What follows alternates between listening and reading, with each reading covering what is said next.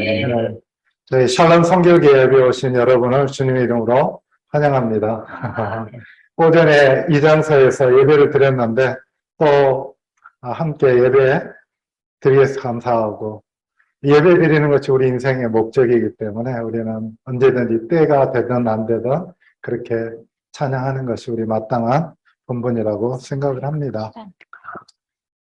우리 샬롬 성결교회 성도님들 너무나 감사합니다. 이렇게 귀한 시간을 마련해 주셔서 저희가 제주에 와서 조일랜드에 와서 이렇게 쉴 수 있게 해주셔서 감사하고, 또 오자마자 여러 가지 일들이 바빴습니다. 그래서 정신없었는데 이곳에 와서 어제 저녁에 잠을 자니까 드디어 좀 휴식이 시작됐다. 평안하다, 그런 느낌이 있었습니다. 또 우리 장로님 조일랜드에서 너무 좋은 시설들, 또 치료하는 것들을 경험해 주셔서 정말 저희 영혼이 쉴 뿐만 아니라 육체도 많이 회복되는 그런 시간을 갖고 있습니다. 어쨌든 일주일간 안전히 회복해서 또 여러분들 뵙고 같이 교제하도록 하겠습니다. 제가 한 달에 한 번씩 설교하다 보니까 가끔 이제 무슨 설교를 했나 이제까지 이어가기가 참 어렵습니다. 그런데 어쨌든 작년 7월부터 제가 1년 동안 에베소서 강의를 하고 있습니다. 제가 대학 시절에 제 인생을 바꿔놨던 중요한 그런 신앙서적 책이 몇 권이 있는데 그 중에 하나가 로이드 존스 박사님이 썼던 이 에베소서 강의였었습니다. 한 400~500페이지짜리 책 8권으로 되어 있는 정말 그 대작이죠. 대학 시절에 그걸 읽으면서 우리가 믿는 복음이 얼마나 놀랍고 은혜가 넘치는 것인가 하는 것들을 경험했는데, 제가 그때 좋은 기억이 있어서 그런지 모르겠는데 제가 이거 강의 설교를 하겠다고 해서 시작하면서 나중에 엄청 후회를 많이 했습니다. 이 방대한 이 진리의 말씀을 짧은 이 설교 시간에 녹여낸다는 게 너무 참 한계를 많이 느꼈었습니다. 그런데도 불구하고 하나님께서 지난 시간들 이렇게 이끌어 오셨고, 오늘 이제 마지막 에베소서 강의를 하려고 그러는데요. 기억이 잘 안 나시겠지만 조금 기억을 더듬어 보면, 우리의 구원이라는 것이 정말 하늘에 속한 모든 신령한 복으로 우리에게 복 주시기를 원하시는 그러한 내용으로 에베소서 1장 3절에서 사도 바울은 자신의 이 편지를 시작하고 있습니다. 참 요즘 그 젊은이들을 볼 때마다 제가 느끼는 이제 한 가지 특징이 있는데, 공통적으로 무엇을 하며 살아야 될지에 대해서 발견하지 못하고 약간 이렇게 당황하는 그런 인생들을 많이 보게 됩니다. 이번에 들어왔을 때가 세 사람의 이야기를 들었는데 동일하게 똑같은 이야기를 했어요. 우리 아이가 군대도 갔다 왔고 이제 자기 삶을 살아야 되는데 어떻게 뭘 하며 살아야 될지 잘 몰라 한다. 그러면서 저에게 이번에 우간다 갈 때 데려가라고 그렇게 제안을 하셨어요. 근데 그 이야기만 들은 게 아니라 또 다른 두 사람한테서 똑같은 이야기를 들었어요. 우리 아이가 뭘 해야 될지 모른다. 어떤 면에서는 그냥 뭐 직장도 안 갔고 일도 안 하고 그냥 그렇게 지낸다고 너무 걱정하는 그런 부모님 이야기를 들었습니다. 그런데 요즘 세대, 소위 특히 포스트 모더니즘, MZ세대라고 하죠. MZ세대들이 그러면 신앙에 대한 관심이 없거나 진리에 대한 목마름이 없냐 하면 그렇지 않아요. 동일하게 똑같은 그러니까 오히려 더 영적입니다. 다만 이 청년들의 마음속이 뭐냐 하면 내가 진짜 진리를 알면 진짜 거기에 목숨 걸 텐데 그런 마음이 있는데 그게 뭔지를 잘 모르는 거예요. 그런데 오늘 말씀은 우리에게 이것이 세상에서 최고의 진리다. 여기 뭐냐면 하늘에 속한 모든 신령한 복 우리에게 복 주시려고 하는 그 하나님을 알고 그 복을 안다고 한다면 저는 인생의 방향이 분명해진다고 생각합니다.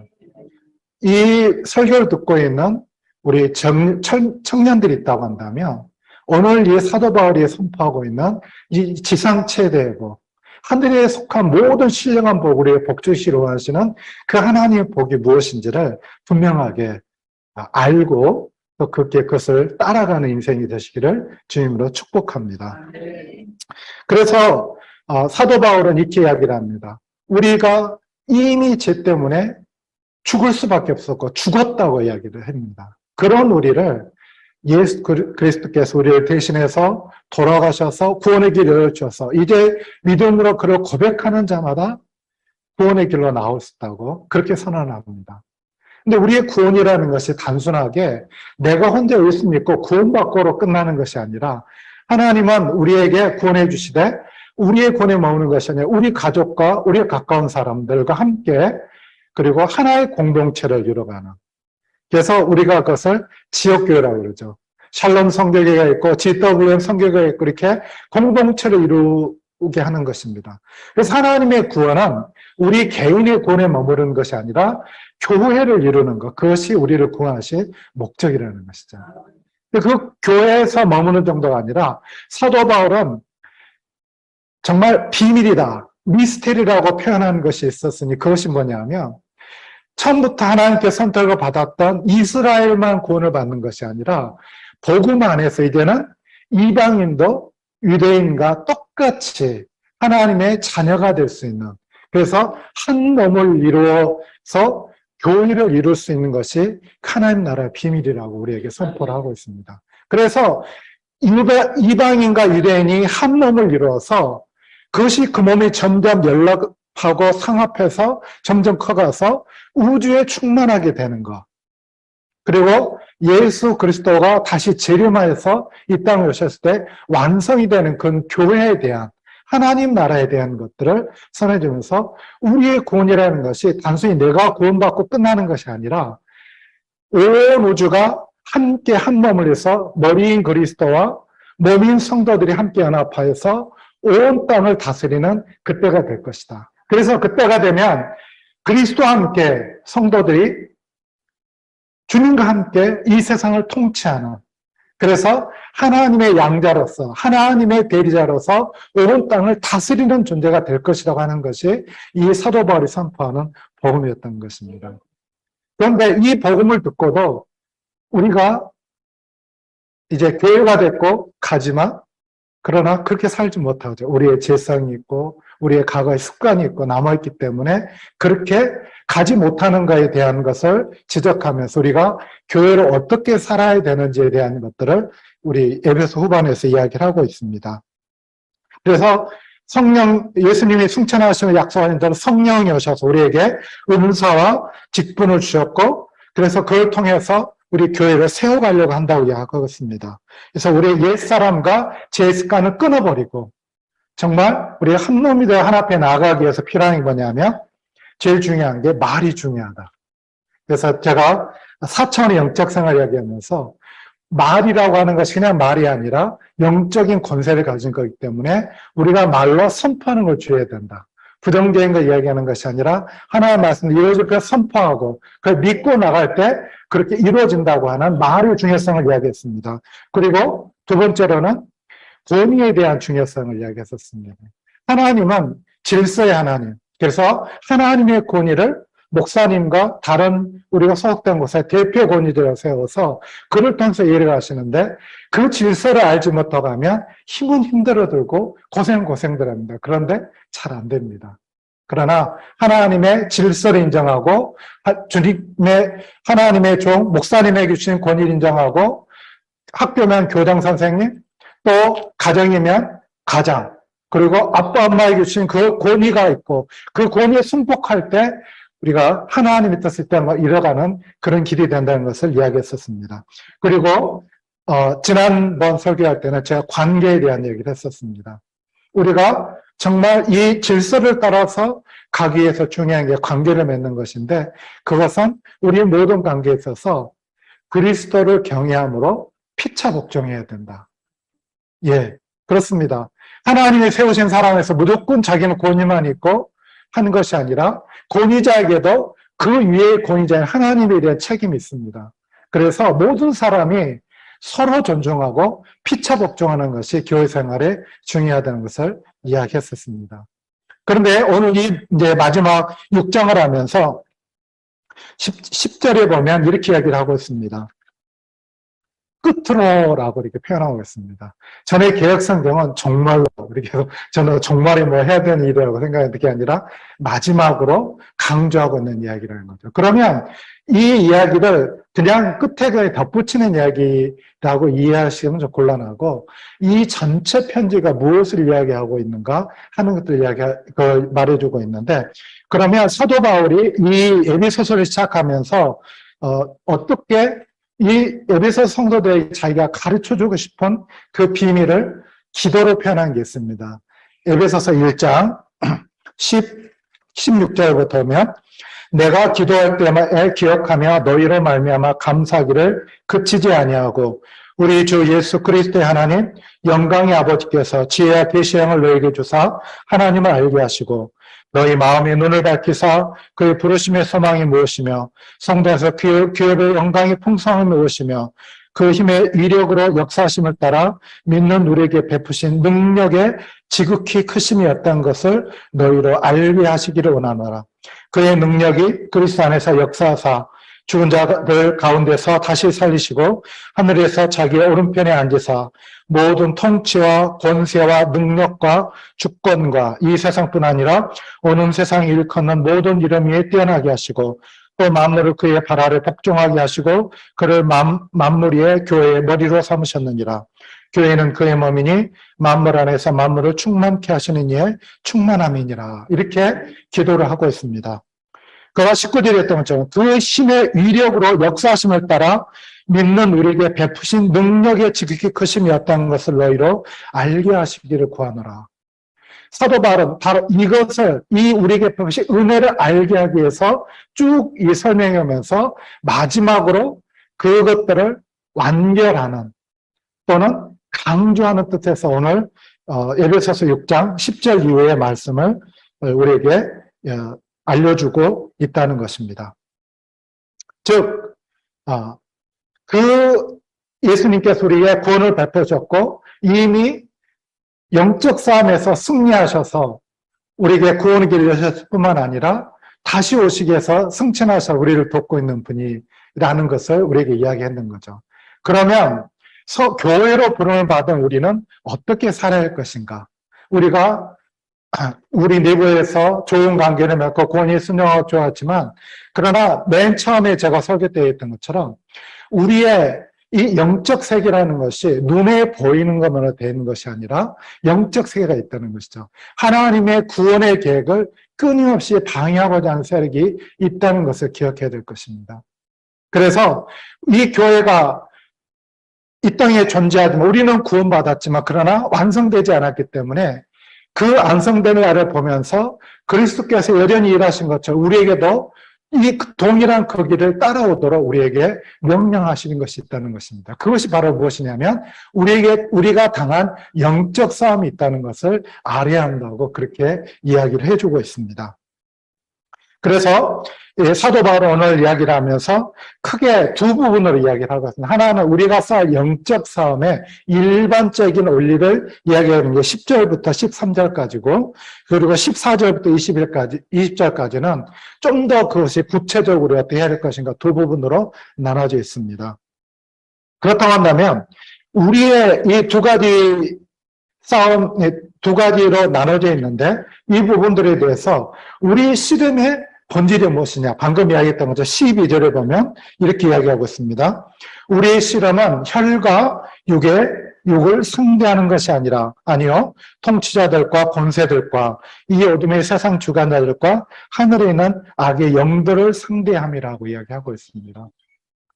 저는 지나치게 우리가 영적 세계와 우리 현실 세계를 이분화시키는 그런 것을 강조하고 싶지는 않습니다. 그러나 분명한 것은 하나님이 이 땅을 지으셨지만 그것을 반대하는 세력이 있고 하나님의 구원이 완성이 되면 이 악한 세력들은 전부 다 무저갱에 빠져서 영원한 심판을 받을 줄 알기 때문에 할 수만 있으면 이것을 대적하고 하나님의 구원 계획을 대적하는 그런 존재들이라는 것을 우리가 잊어서는 안 된다는 것입니다. 그런데 우리는 자꾸 살다 우리가 혈과 육을 입고 있는 몸이기 때문에 모든 것들을 육신으로 해석할 때가 많이 있습니다.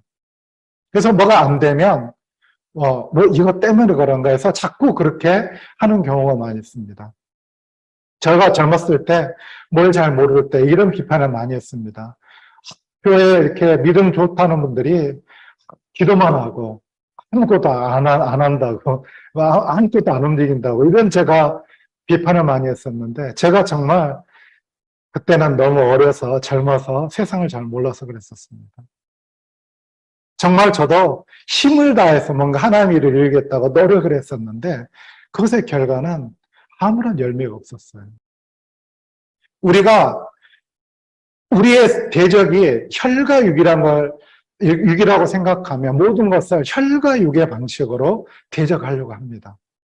그래서 저는 젊었을 때 독재 정권에서 열심히 싸우기도 하고 많은 노력했고, 또 사회에 나서는 어떤 사회적 불합리를 보면서 그거를 없애기 위해서 노력도 많이 했고, 어쨌든 저는 제가 눈에 보이는 대로 그런 노력들을 많이 했었습니다.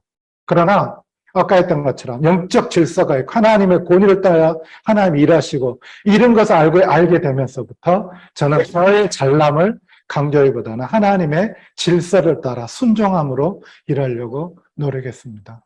그럴 때 비로소 하나님이 기대하신 열매가 맺히기 시작했었습니다. 마찬가지로 우리의 인생에도 마찬가지입니다. 우리의 눈에 보이는 것으로 이것이 정의된 것이 아니라 우리의 믿음을 가진 사람들은 우리 세상에 혈과육으로만 있는 것이 아니라 그 뒤에 우리를 도와주시는, 우리를 자녀 삼으시는 하나님이 계시고 그걸 대적하는 사단이 있다는 것들을 분명히 보게 될 때 우리는 거기서 어떻게 살아야 될 것이냐. 우리가 힘으로, 능으로, 지혜로 사단과 싸우겠습니까?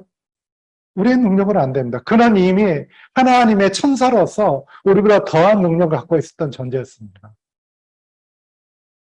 우리가 하나님을 믿고 그 영적 세계를 주관하신 하나님께 우리가 나아갈 때 비로소 그런 문제의 해결점이 시작된다는 것입니다. 그러면 우리가 어떻게 싸워야 하는가 하는 것들이 지금 이제 10절, 11절에 일반론으로 먼저 설명을 하고 있는데요. 끝으로 너희가 주 안에서와 그 힘의 능력으로 강건하여지고 마귀의 관계를 능히 대적하게 하여 하나님의 전신갑주를 입으라. 아멘? 예. 우리가 영적 싸움을 하기 위해서 첫 번째는 주님 안에서 그리고 그 힘의 능력으로 강건해야 된다고 우리에게 이야기하고 있습니다. 그리고 더 하나는 하나님의 전신갑주를 입어야 한다고 이야기하고 있습니다. 그런데 왜 사도 바울은 우리에게 이러한 영적 싸움을, 이러한 전신갑주를 입어야 된다고 우리에게 강조하고 있습니까? 그 목적이 무엇입니까? 그것이 바로 13절에 이야기하고 있습니다. 함께 읽겠습니다. 시작. 그러므로 하나님의 전신갑주를 취하라. 이는 악한 날에 너희가 능히 대적하고 모든 일을 행한 후에 서기 이하함이라. 아멘. 예, 하나님 우리에게 하나님 싸움의 영적 싸움의 방법을 가르치는 이유는 뭐냐 하면 이 시대가 악하다는 것입니다. 사단이 이제 마지막 때 정말로 모든 수단을 동원해서 믿는 자들을 넘어뜨리기 위해서 온갖 시도를 하는 그런 세상, 그래서 악한 날인데 그 악한 날에 이것들을 능히 대적하기 위해서 우리가 하나님의 전신갑주 입어야 한다는 것입니다. 그런데 그보다 더 중요한 걸 그 뒤에 이야기하고 있어요. 모든 일을 행한 후에 서기해야 합니다. 우리가 이 영적 싸움을 싸다 보면 엘리야처럼 되기 힘들어요. 하나님 다 줬습니다. 저 그냥 죽여주십시오. 안전 탈진이 돼가지고 나 차라리 내 목숨을 걷어가시는 게 좋겠다고 할 만큼 영적 싸움은 그렇게 우리에게 많은 그런 힘을 소모하게 합니다. 우리가 하나님의 방법대로 하나님의 전신갑주를 취하고 그렇게 싸울 때 우리가 모든 싸움을 싸운 후에 우리가 설 수 있다는 것입니다. 제가 최근에 읽었던 책 중에 유종의 미라고 하는 책이 있습니다. 로버트 클린턴이라고 하는 분이 쓴 책인데 이분은 아주 크리스찬 리더십을 연구하는 분이에요. 이분이 뭐라고 이야기를 하냐면 자기가 성경에 기록되어 있고 기록이 분명히 남아있는 여러 리더를 연구를 했다. 그런데 그 리더가 끝까지 하나님의 부르심대로 끝까지 달려간 사람이 별로 안 됐다고 이야기합니다. 한 몇 %쯤 될 것 같습니까? 하나님의 종, 하나님의 리더들이 끝까지 하나님의 부르심 따라 성공적으로 그 인생을 마무리하는 비율. 너무 바깥이고요. 그러니까 이분이 이제 연구할 때 3분의 1 정도만 성공했다는 거예요. 그러니까 성공한 사람보다 2배나 많은 사람 실패했다는 거죠. 하나님의 종으로 하나님의 부름을 받았고 하나님의 성령을 받았고 사역을 했는데 어떻게 셋 중에 둘은 실패하고 한 명만 성공할 수 있겠습니까? 우리가 이것을 연구하고 이것을 순종하는 필요한 건 뭐냐면 모든 일을 향한 후에 서기야 합니다. 우리가 아무리 일을 많이 하고 아무리 잘했다라도 내가 실패하고 하나님에게서 끊겨 나간다면 그것만한 불행이 어디 있겠습니까?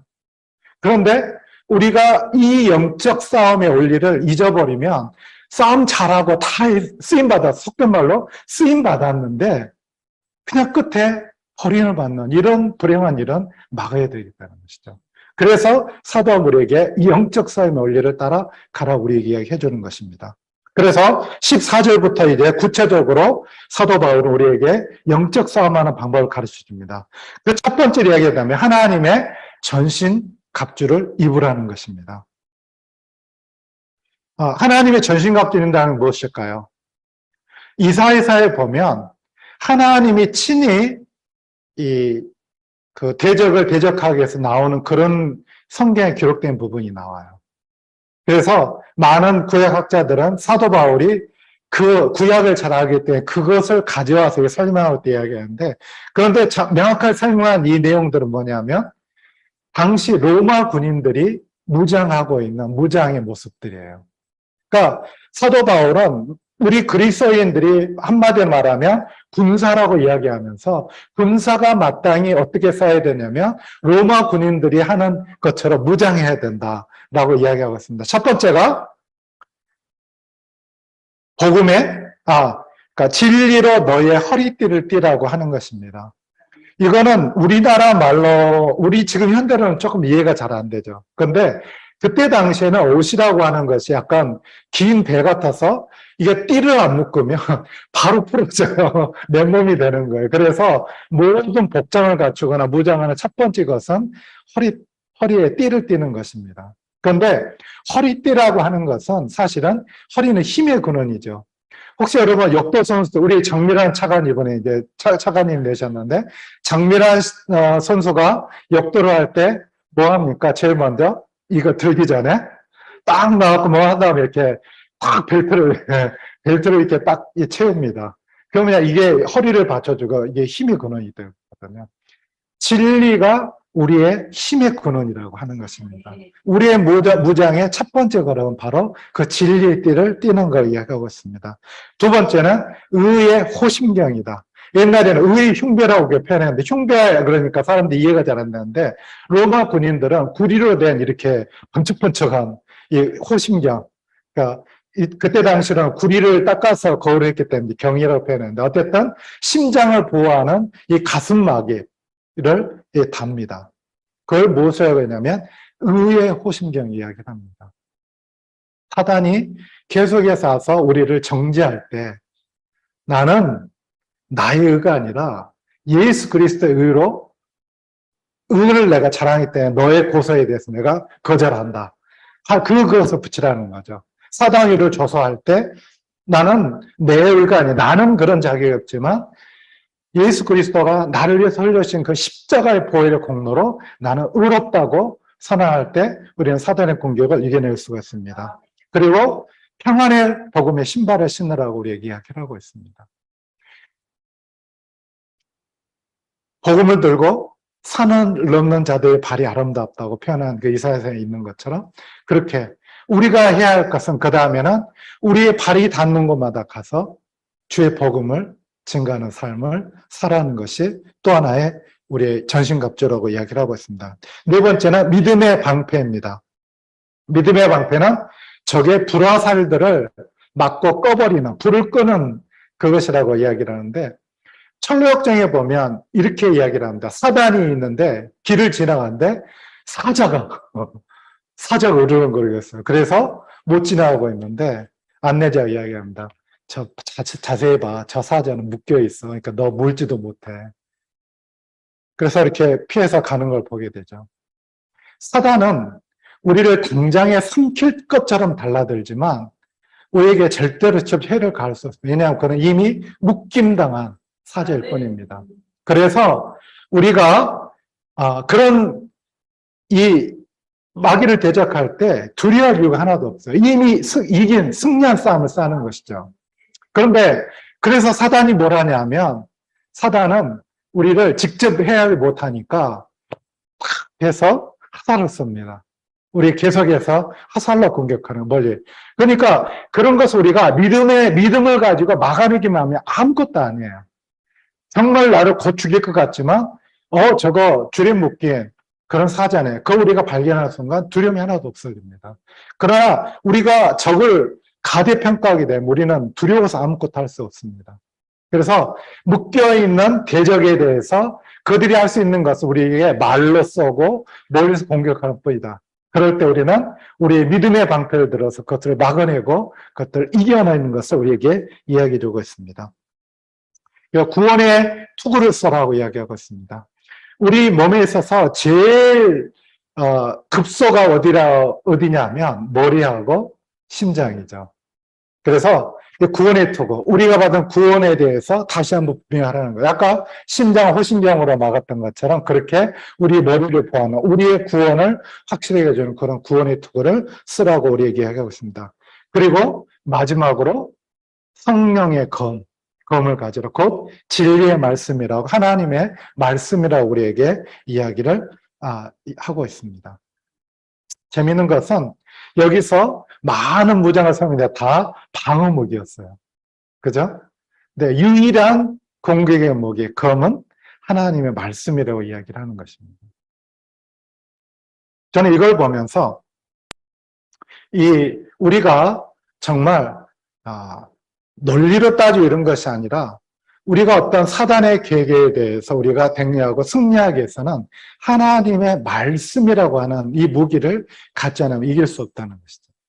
우리가 아무리 뭔가 한다 하더라도 결국에는 이 칼을 가지고 공격 무기를 가지고 상대방을 없애거나 이기거나 하는 것을 하지 않으면 우리는 그냥 방어할 뿐이라는 것이죠. 그래서 우리가 하나님의 말씀의 도구를 분명히 붙잡고 그 말씀대로 묵상하고 그 말씀대로 하는 대로 순종하고 나갈 때 승리가 온다는 것입니다. 사단의 모든 계계가 완전히 파해지고 승리할 수 있는 길은 말씀이라고 이야기를 하고 있습니다. 그래서 제가 사실은 아까 이야기했던 것처럼 로이드 존스 그 박사님의 책 8권 중에서 이 에베소서 6장 내용만으로 2권이 있는데요. 그 많은 내용을 제가 간단하게 요약해서 이제 설명을 드리고 있는데요. 다시 한번 이제 말씀드리면, 아까 10절, 11절에서 우리 마귀의 관계를 능히 대적하여 하나님 전신갑주를 입으라고 했잖아요. 그런데 하나가 더 있죠. 너희가 주 안에서와 그 힘의 능력으로 강건하여지고 라는 이야기를 말씀하는 거거든요. 저는 이 2가지 내용을 이야기하면서 사도 바울은 의도했는지 의도하지 않은지 모르겠는데 이 14절부터 20절까지 이 내용을 2가지로 설명하고 있다는 것이죠. 17절까지 하나님의 전신갑주를 있는 것을 이야기하면서 그 다음에 이제 하고 있는 부분이 있는데요. 저는 이 부분이 우리가 주 안에서 그 힘의 능력으로 강건해진다는 그런 의미라고 생각을 합니다. 그래서 18절부터 보면 제가 읽겠습니다. 모든 기도와 간구를 하되 항상 성령 안에서 기도하고 이를 위하여 깨어 구하기를 항상 있으며 여러 성도를 위하여 구하라. 또 나를 위하여 구할 것은 내게 말씀을 주사 나로 입을 열어 복음의 비밀을 담대히 알리게 하옵소서 할 것이니 이 일을 위하여 내가 쇠사슬의 메인 사신이 된 것은 나로 이 일에 당연히 할 말을 담대히 하려 하심이라. 우리 속사람이 강건하게 되기 위해서는 모든 기도와 간구로 하라고 우리에게 권면하고 있습니다. 그런데 더 재밌는 표현은 이렇게 이야기하는 것입니다. 모든 기도와 간구를 하되 그렇게 하기 위해서는 항상 성령 안에서 기도해야 된다라고 이야기를 하고 있습니다. 성령을 따라 하는 기도가 중요합니다. 예수님은 승천하시면서 내가 너에게 하나님 나라로 가는 것이 너에게 더 유익하다. 왜냐하면 너에게 또 다른 보혜사를 보낼 것이기 때문이다. 성령님은 우리의 교사시고 우리를 진리 가운데 인도하시고 우리의 죄를 깨닫게 하시고 우리에게 능력을 부으시고 하는 그런 모든 분을 갖고 있는데 그분이 우리를 인도하신 대로 따르는 기도가 필요하다는 것이죠. 그래서 성령 안에서 기도하되 그런데 더 재밌는 표현이 그 다음에 나와요. 이를 위하여 깨어 구하기를 항상 힘써라. 그러니까 기도하기를 위해서 기도해야 된다. 저는 요즘 이걸 정말 많이 느끼고 있는데요. 선교지에서 열심히 기도했었는데 딱 이제 한국에 오니까 이 기도하기가 너무 어려운 거예요. 환경도 바뀌고 그러니까. 그래서 정말 기도하기를 위해서는 항상 깨어서 이것을 위해서 기도해야 된다. 그러니까 기도하는 사람이 더 기도할 기회가 줘야 되는데 기도를 놓기 시작하면 점점점 어렵더라고요. 제가 이제 여러 가지 제가 살아오면서 도전이 있어서 그렇게 시간의 11조를 드린다는 그 표현이 있어요. 저 젊은 시절부터 하루에 2시간 반을 하나님 앞에 있으려고 많이 노력했습니다. 그래서 선교지에 있을 때는 5시에 일어나서 7시 반까지 말씀 묵상하고 기도하고 이렇게 하면서 이제 시간을 보냈었는데 그런데 이 기도의 시간을 지키기 얼마나 힘든지 그러니까 그 다음날 새벽에 일어나서 기도하려면 그 전날 저녁에 기도해야 돼. 주님 내일 아침에 깨워주십시오. 그러니까 그렇게 해야만 이게 기도가 유지가 되더라고요. 그런데 이번에 이거 설교를 준비하면서 마틴 루터의 기도라는 그것들을 좀 이렇게 제가 살펴보게 됐는데 마틴 루터는 종교일 때 유명하지만 그는 기도의 사람이었습니다. 그는 하루에 4시간씩 기도했습니다. 근데 기도의 삶을 살아보려고 애쓰시면 알겠지만 하루에 4시간이면 정말 발버둥을 쳐야 그 시간을 메꿀 수 있는 새벽 시간 또 저녁 시간 이렇게 주 앞에 살아야 되는 그런 부분이 있습니다. 사실 제 아내랑 저는 이제 선교지에서 아침에 하고 예배 드리고 저녁이나 성경 읽고 기도하는 시간을 갖자고 그랬는데 기도를 하려고 마음만 먹으면 이 사람이 아파요. 갑자기 이렇게 하고. 그러니까 정말 기도를 위해서는 몸부림치는 노력이 있어야 되겠다. 그런데 저한테 더 도전이 됐던 건 뭐냐면 이 이야기였었어요. 그러니까 마틴 루터의 기도라는 책에 보면 이렇게 고백을 합니다. 하루에 평상시에 4시간 기도하는데 나는 오늘 해야 할 일이 많기 때문에 기도하기에 1시간 일찍 일어났다. 4시간을 기도한 사람인데 일이 많기 때문에 기도를 포기하는 것이 아니라 일이 많기 때문에 난 1시간 더 일찍 일어나서 기도했다고 하는 그 기록이 남아있다는 것입니다. 우리가 정말로 이 기도를 위해서 발버둥 치고 노력하고 그렇게 나가는 것이 필요하다고 이야기를 하고 있으면서 또 하나는 이제 여러 성도를 위해서 구하라고 이야기하고 있습니다. 이것은 중보기도죠. 나 혼자 나를 위해서 하는 기도 중요하지만 이제는 여러 성도를 위해서 중보기도하는 거 너무나 필요하다. 그 이야기하면서 사도 바울은 자기를 위해서 기도해달라 이야기합니다. 예, 이건 선교사에 사는 얘기가 아니라 정말 선교사를 위해서 기도해 주셔야 됩니다. 현장에 나가서 살아보니까 내가 할 수 있는 것들이 너무나 부족하고 한정되어 있다는 걸 많이 느낍니다. 기도할 때 비로소 전도의 문이 열리고 하나님의 사람이 붙고 그 다음에 그를 통해서 얻어진 사람이 자기의 삶을 통해서 확장해 가는 그런 일이 일어나는데 그것이 인간의 노력과 수고로 얻어지는 것이 아니라 기도의 응답으로 온다는 것입니다. 이번에 제 아내가 정말 이렇게 아프고 심지어는 거의 혼수 상태에 빠질 정도까지 갔을 때 제가 할 게 아무것도 없더라고요. 그래서 저는 정말 그 핸드폰으로 우리 아는 지체들, 후원교회 후원자들을 위해서 긴급 기도 요청을 하는 기도 요청을 했었습니다. 그런데 물론 저는 의사 선생님이 잘 치료해 줬다고 생각하지만 그 기도 때문에 그렇게 완전히 갑자기 호전이 되면서 회복이 되고 그리고 그 이후부터 계속해서 여러 가지 어려움을 겪었지만 중보 기도를 통해서 그런 부분들이 해소돼 가고 하나씩 해결된 것을 봤습니다. 이 이야기했던 것처럼 사도 바울이 이야기했던 것처럼 나로 입을 열어 복음의 비밀을 담대히 알리게 해달라. 내게 말씀을 주십시오.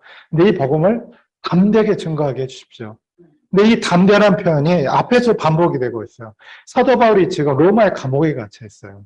그건 제수의 신분이고 언제 죽을지 모르는 상황인데 그가 얼마나 두려웠으면 내가 담대하게 하나님의 복음을 증거할 수 있게 해달라고 그렇게 하겠습니까? 저희 우간다는 공개적이기 때문에 복음을 전하기 때문에 목숨이 이태했거나 어렵지는 않습니다.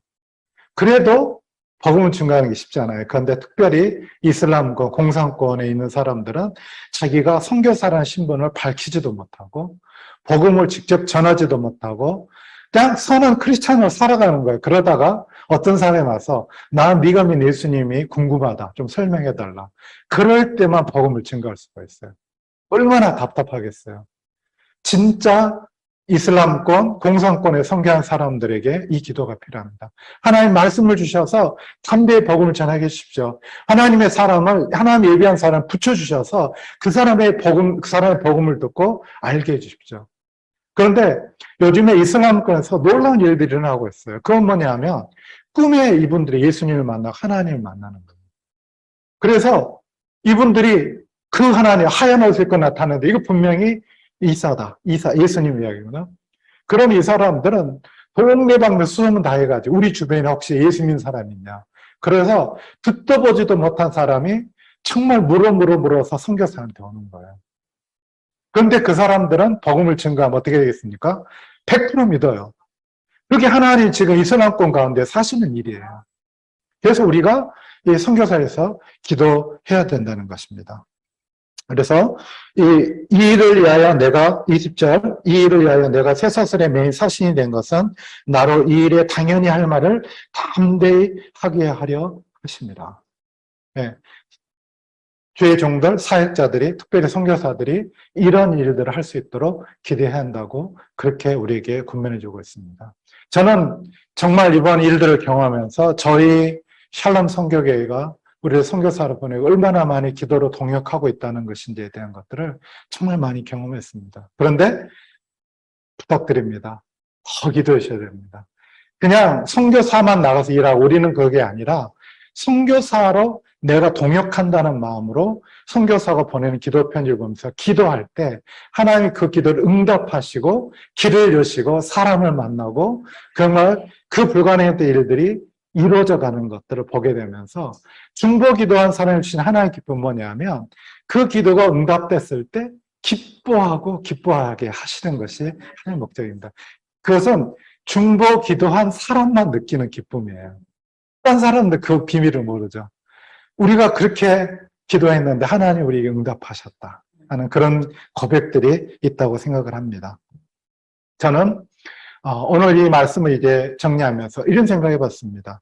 요즘에 영적 전투, 영적 전쟁, 또 그런 영적 싸움 이야기하면 좀 안타까운 게 뭔가 이렇게 은사를 가져야만 되는 멋진 이렇게 대적하고 귀신을 쫓아내고 이런 사람만 영적 싸움 한다고 하는 그런 그 이미지 내지는 그런 생각들이 저도 모르게 제 안에 있는 것들을 제가 발견하게 됐어요. 근데 영적 싸움이라고 하는 것은 아까 천대 얘기했던 것처럼 예수님께서 이미 이기셨고 지금도 대적하고 계시고 마지막 재림하셔서 안성할 날까지 이루어질 것입니다. 그렇기 때문에 그 예수님을 쫓아가는 우리 성도들, 교회들도 똑같이 그 싸움을 해야 되는 싸움이 있다는 것입니다. 그것은 은사가 있고 없고 문제가 아닙니다. 은사는 교회를 세우기 위해서 주신 것이지 모든 영적 싸움의 대상은 그 당사자는 누구냐면 모든 성도라고 하는 것입니다. 그리고 오늘 이야기했던 것처럼 그 영적 싸움의 비밀은 뭐냐면 기도하는 것입니다. 하나님의 말씀을 들고 싸우는 것입니다. 너무나 식상한 이야기라고요? 아닙니다. 진리는 단순합니다. 하나님의 말씀을 붙잡고 그 말씀대로 이루어지게 순종하기 위해서 기도하고 하나님 뜻을 이루기 위해서 나가는 것, 그것이 우리 영적 싸움의 본질이라고 하는 것을 말씀드리고 싶습니다. 그런데 저는 이걸 보면서 다윗과 골리앗의 싸움이 생각이 났어요. 다윗과 골리앗이 싸우려고 했을 때 사울왕은 다윗에게 자기가 입던 갑옷을 입혀주려고 그랬습니다. 근데 입을 수 있었습니까? 없었습니까? 너무 작아서 성인인, 그것도 기골이 장대한 사울왕의 그 갑옷을 입을 수가 없었습니다. 그래서 그는 무기도 들지 않고 맨손에 막대기와 물맷돌 5개를 취해가지고 나가서 싸워서 이겼습니다. 우리가 이렇게 전신갑주를 입어야 한다는 것은 우리에게 좋은 것을 가르쳐 줍니다. 물론 그거 해야 됩니다. 그러나 우리가 그런 영적 갑옷을 입는 것보다 중요한 것은 저는 다윗이 승리했던 그 비밀을 우리가 같이 공유하자는 것입니다. 다윗에게는 사울왕의 투구도 갑옷도 칼도 없었습니다. 그러나 그에게는 유일하게 그가 양을 치면서 경험했던 능력의 하나님, 그가 막대기를 들고 줄에 매달아 던졌던 그 물맷돌로 곰도 쫓아내고 사자도 찍고 했던 그 경험, 그 하나님, 그 일상에서 기도와 그 삶을 통해 하나님을 경험한 그 능력이 있을 때 그는 그 믿음을 가지고 나가서 싸워서 승리했습니다. 어떻게 죽였죠? 골리앗의 칼을 빼서 그 목을 쳐서 죽였죠. 이야기는 뭐냐면 우리가 영적 싸움을 한다고 그랬을 때 우리가 많은 나는 무장이 덜 돼서 이런 이야기 할 수 있지만 그것이 중요한 게 아니라는 것이죠. 우리가 주 안에서와 그 힘의 능력으로 강건해질 때 우리에게 전신갑주 없어도 우리는 승리할 수 있어요. 그 믿음을 가지고 승리할 수가 있는 것입니다. 그것이 우리에게 있어서 영적 싸움의 비밀이라는 것이죠. 근데 그 힘과 능력 안에서 우리가 강건해지는 건 무엇이냐? 기도하는 것입니다. 물론 시간을 내서 따로 시간에서 기도하고 차라리 기도하고 하는 거 중요하죠. 그러나 다윗이 경험했던 것처럼 자신의 일상의 삶 가운데서 내가 하나님의 말씀대로 기도하면서 했더니 내게 이런 승리를 주셨다. 그런 확신이 있을 때 우리는 우리의 삶 가운데서 닥치는 어려움들을 혈과 육으로 대하지 않고 하나님의 영적 싸움으로 생각해서 믿음으로 승리할 수 있는 힘이 생긴다는 것입니다.